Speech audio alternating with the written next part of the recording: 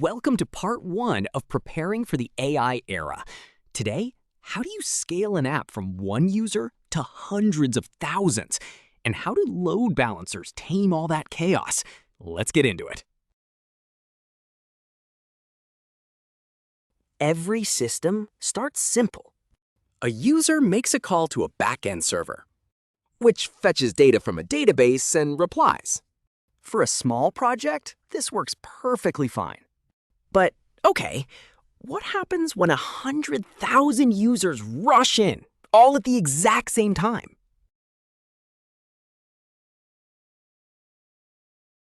Well, it chokes, it freezes, and yeah, it crashes.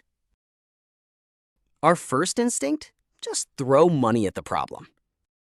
We upgrade the hardware. 256 gig RAM, a massive CPU, 100 terabytes disk. Making one machine bigger is vertical scaling. And on paper, our 100K users are handled. But here's the thing. It's powerful, sure, but it's still just one machine. An OS crash, a power loss, or a memory leak, and your entire business goes down with it.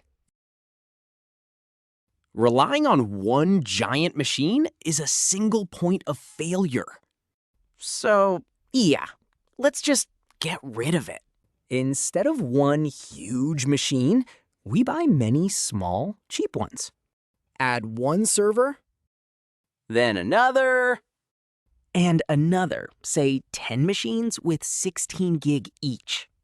Spreading the load across many servers is horizontal scaling. Now, if one of these servers crashes, the others carry on. No single point of failure. But now, each server has its own address. So which server should the user actually call? We add a traffic cop that sits in front of the servers. This is the load balancer. It spreads every incoming request across the fleet. And load balancers don't just sit at the edge. They're layered across the whole architecture. So how does the balancer actually decide where each request goes? The simplest answer is round robin. It just takes turns. A, B, C, back to A. It's ideal when your servers are identical and each request costs about the same.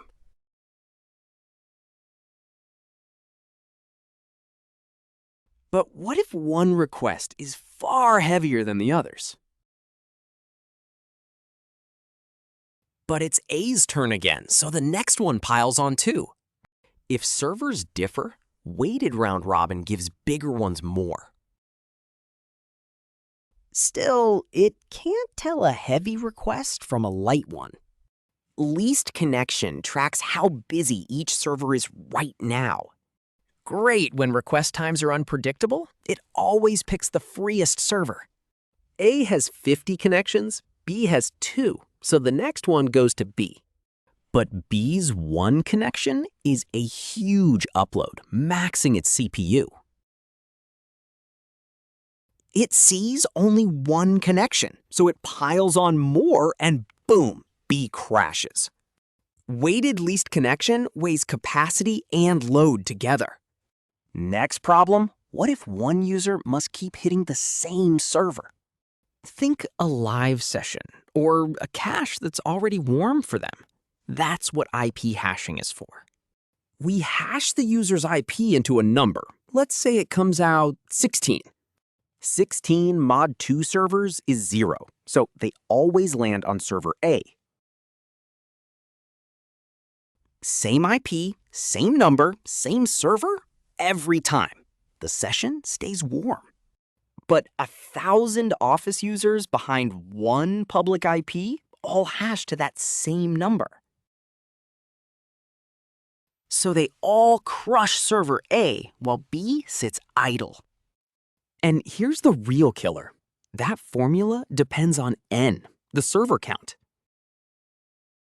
Add a third server, and now it's 16 mod 3, which is 1. server B. The exact same user just jumps servers, and so does almost everyone else. Every session dropped, every cache cold. We need a way that does not depend on N. Consistent hashing fixes that, and it's how real distributed caches scale. Instead of mod N, we put the servers themselves onto a ring. Now hash your cache keys onto the same ring. Each key belongs to the first server you hit going clockwise. That's its color.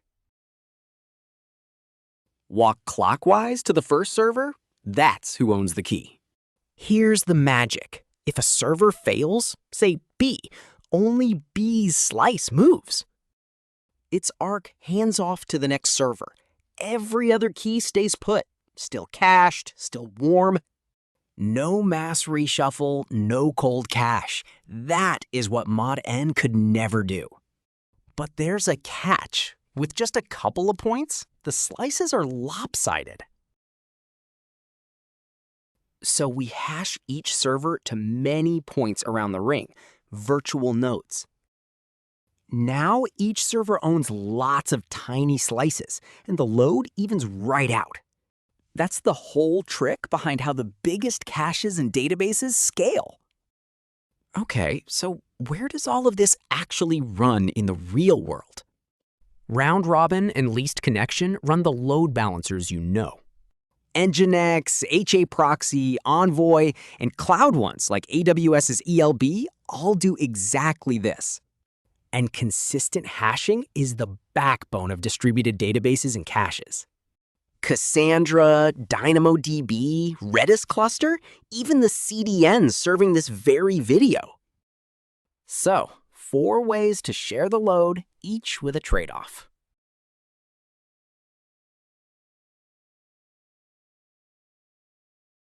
Which would you pick for your next system? Tell me in the comments. Thanks for watching. If this helped at all, click subscribe for more, and I'll see you in the next one.